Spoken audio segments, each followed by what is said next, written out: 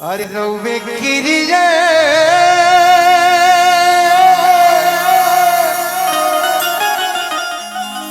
मेरा रुआ कह दिया मरद से देखो भैया ये हाल है। कहीं कोई आदमी बहुत ज्यादा उत्सुक हो जाला, ज्यादा प्रसन्नता हो जाला तो हालों में छूट जाला, तो छोड़ मत। फाटी ना इले के उड़िया घले कहतरी कि रउवे क्रिया खा के कहतनी कि जो दारू पियल ना छोड़त आज के बाद कान खोल के सुन ली हमके जियत ना पाई रउआ।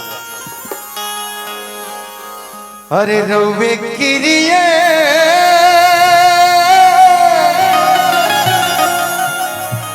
अब कहतानी हम ए राजा कहियो माहुर खा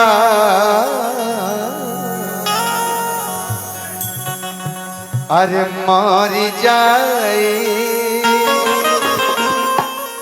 अरे पियल ना छोड़ब तो कुछ कर जाए ए राजा कहियो माहुर खा मर जाए अरे पियल ना छोड़ब तो कुछ कर जाए रउवे गिरिजे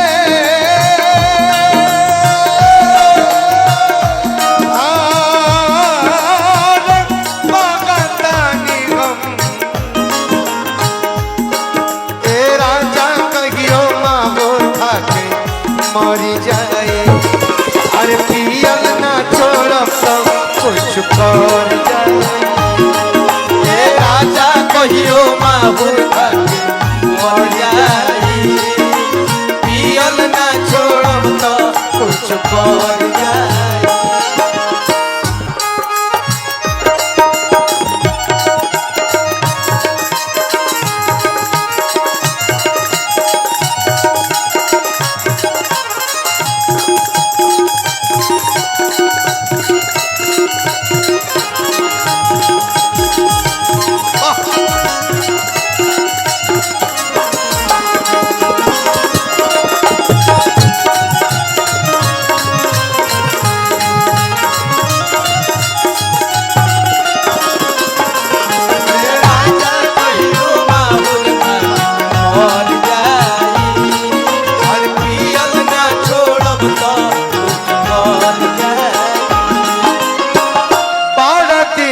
सहन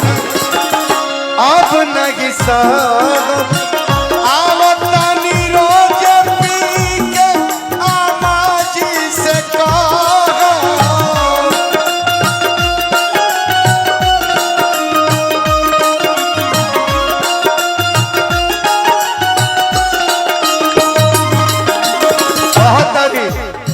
देखिए अमित भैया हमने के बड़ भाई 2000 रुपये का पुरस्कार बा अमित भैया की तरफ से स्वागत बा अभिनंदन बा। सुना तनी के बड़ी दिन से राहुल रहन बिगड़त बा पारा दिन सहनी अब नहीं सहन आवतानी रोजे पी के आमा जी से कहो नायब चुप रहो अरे रगन रहिए राजा जी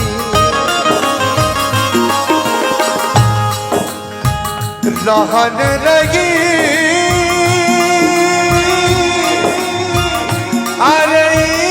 गचती तो वो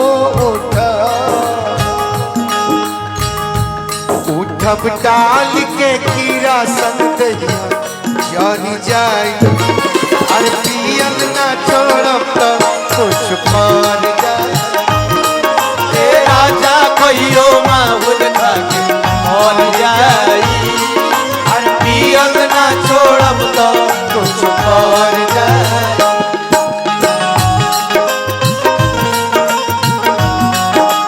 क्या बात है देखिए बबुआ के पापा गुड्डू पांडे जी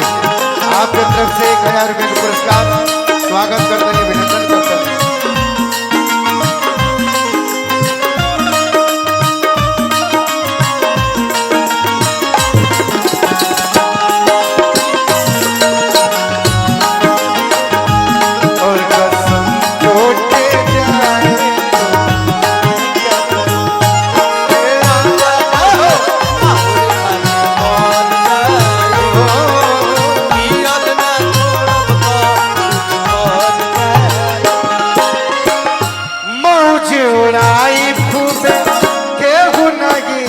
टोकी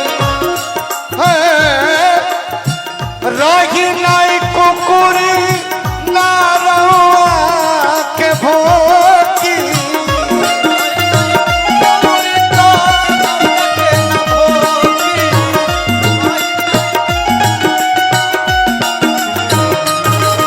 मुझे उड़ाई ठोके के गुना की टोकी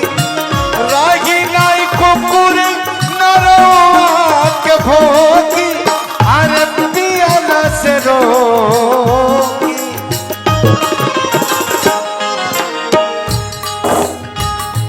भइले बनी अरे कुफुत भरी त कोनो जाके रेलगाड़ी तने पही जाए अरे पियल ना छोड़ब तो कुछो हरी जाए ए राजा कहियो माहुर हरी जाए अरे पियल ना छोड़ब तो कुछ कर जाए